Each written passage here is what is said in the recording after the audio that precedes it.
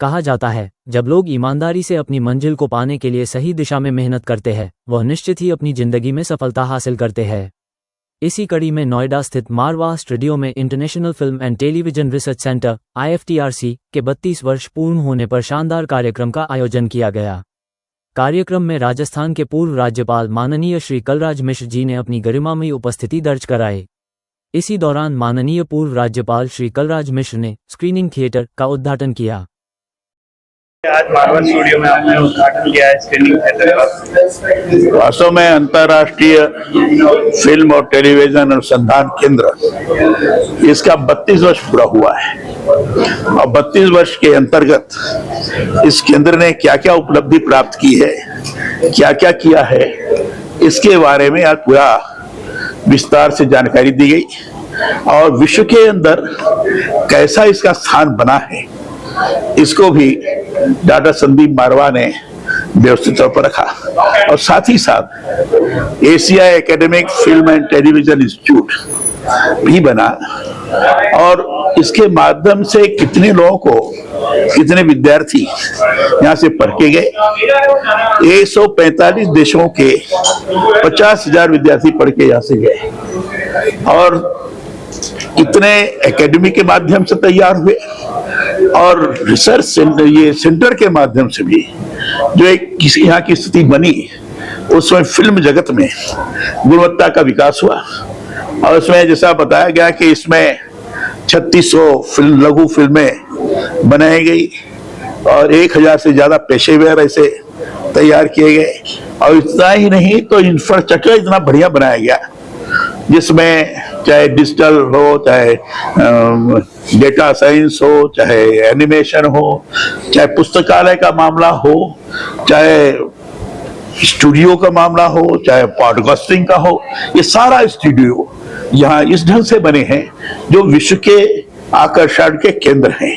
जैसा मुझे बताया गया, कहा गया कि दुनिया में निजी क्षेत्र में, प्राइवेट सेक्टर में ये पहला अंतर्राष्ट्रीय film and television research centre है और इसलिए पूरी दुनिया फिल्म जगत में काम करने वाले लोग इधर की तरफ आकर्षित होते हैं और सही माने में यह केंद्र केवल उत्तर प्रदेश के लिए ही आकर्षण का केंद्र नहीं है, पूरे भारत के लिए है।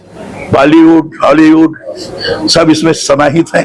गुणवत्ता पूर्व सारी चीजें हो, इस बात की शिक्षा दी जाती है और इसलिए यहाँ इस एकेडमी के गुणवत्ता को देखकर भारत के प्रधानमंत्री ने Asia academic film and television institute को यूनिवर्सिटी का स्टेटस प्रदान किया है।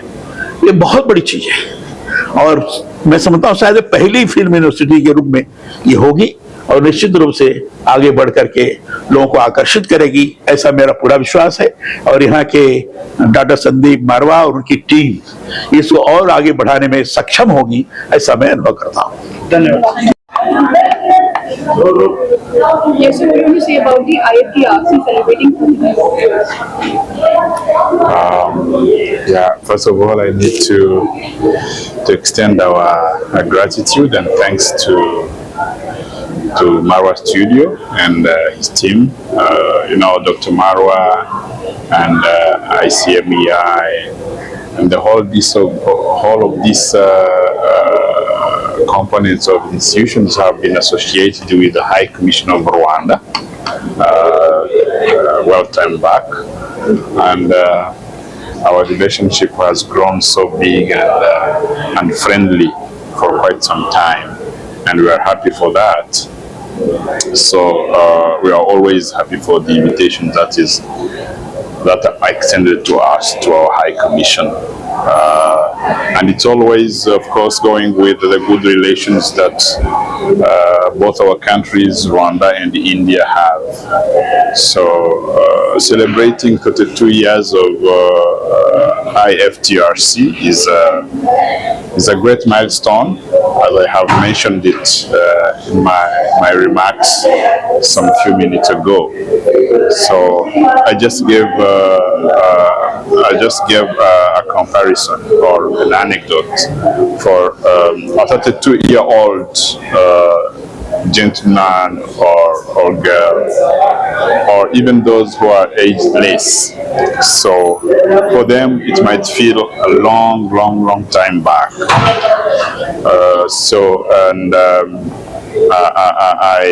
I tried to derive a lesson from that long time and experience of 32 years old, that our youth, the young boys and girls, they need to work hard in their lives so that they can achieve what their dreams are telling them, that there is no shortcut in life. So you always need to work hard, work smart, be genuine, be yourselves, and definitely at the end of the day and ultimately you will achieve your dreams. So 32 years is a big achievement. It's been a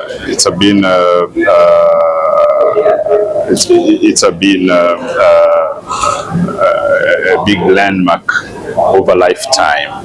So we are happy to be at this celebration, and we have wished all the best to IFTRC to achieve more and more, and Dr. Marwa to inspire more and more young students, as he has always been doing, and we really appreciate that.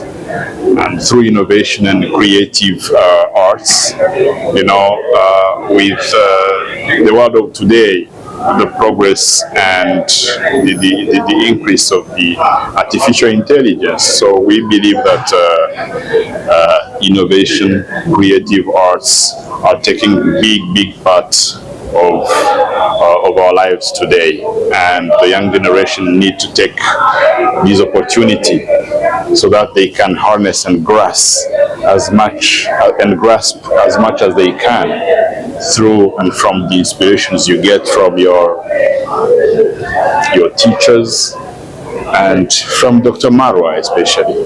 Thank you. आज का दिन बहुत ऐतिहासिक दिन है। मारवा studio के प्रांगण में आज हम लोगों ने स्क्रीनिंग थिएटर का यहाँ पर विमोचन किया है। आदरणीय कलराज मिश्र जी, जो कि राजस्थान के गवर्नर रहे हैं, 44वें गवर्नर रहे हैं, वो यहाँ मौजूद थे। उनके कर कमलों द्वारा इस स्क्रीनिंग थिएटर की ओपनिंग हुई। मारवा स्टूडियो में पिछले कुछ सालों से हम लोगों ने पूरे इंफ्रास्ट्रक्चर को एक नया रूप दिया है, एक अल्ट्रा मॉडर्न स्टूडियो बनाने की पूरी कोशिश की है और एक अंतरराष्ट्रीय स्तर के ऊपर सारी फैसिलिटीज को यहां पर महुआ कराया है। और शायद यही वजह है कि फिर से एक बार मारवा स्टूडियो में फिर से तांता लगा हुआ है। ये कहते हुए मुझे बड़ा हर्ष हो रहा है कि ये हमारा 125वां बैच चल रहा है, जिसके उद्घाटन की एक बड़ी तारीख और एक बड़े भव्य कार्यक्रम का हम सभी लोग इंतजार कर रहे हैं। लेकिन इस 125वें बैच के अंतर्गत हम लोग बहुत सारी और छोटे छोटे खताब हासिल कर रहे हैं, जिसमें एक आज का जो कार्यक्रम था, 32 साल पूरे किए हैं हमारे IFTRC ने, international film and television research centre, जिसे हमने तभी खोला था जब हम लोगों ने यहां पर Asian academy of film and television की नींव रखी थी। इस रिसर्च सेंटर ने हमें बहुत मदद दी है, क्योंकि इस रिसर्च सेंटर की वजह से हम लोग एक कामयाब स्टूडियो बने हैं, एक कामयाब इंस्टीट्यूशन बने हैं। AAFT जो अब एक खुद यूनिवर्सिटी बन चुकी है, इसी की वजह से हम लोग यहाँ तकरीबन नोएडा फिल्म सिटी में 9 करोड़ लोगों को आकर्षित कर चुके हैं। मारवा स्टूडियो में तकरीबन 30 लाख से भी ज्यादा लोग 156 मुल्कों से यहां पहुंच चुके हैं। हम लोग तकरीबन 36,000 स्टूडेंट्स को तैयार कर चुके हैं और 12,000 स्टूडेंट हमारे 17 कॉलेज में इस वक्त बड़ी ईमानदारी और बड़ी मेहनत के साथ पढ़ाई पढ़ रहे हैं। बहुत सारे खिताब हम लोगों ने जीते। ये आप ये समझिए कि तकरीबन 8,500 इवेंट हम लोग अब तक पूरे कर चुके हैं, जो भी अब एक अंतर्राष्ट्रीय रिकॉर्ड बन चुका है। AFT को इसकी तमाम 127 क्रिएटिव संस्थाओं को 1500 से भी ज्यादा बार सम्मानित किया जा चुका है। ये कहते हुए मुझे बड़ा हर्ष होता है कि आज AAFT जो है वो the most decorated institution in this part of the world, Bharat में तो इसका नंबर 1 आ ही रहा है। दुनिया में भी पहले 5 बड़े संस्थानों में AAFT का नाम आना शुरू हो गया है। 3 चीजों में हम लोग नंबर 1 हो चुके हैं, जहां तक प्रोडक्शन की बात आती है, जहां तक इवेंट्स की बात आती है और जहां तक फीस की बात आती है। हम लोग the most economical film school of the world already declare हो चुके हैं।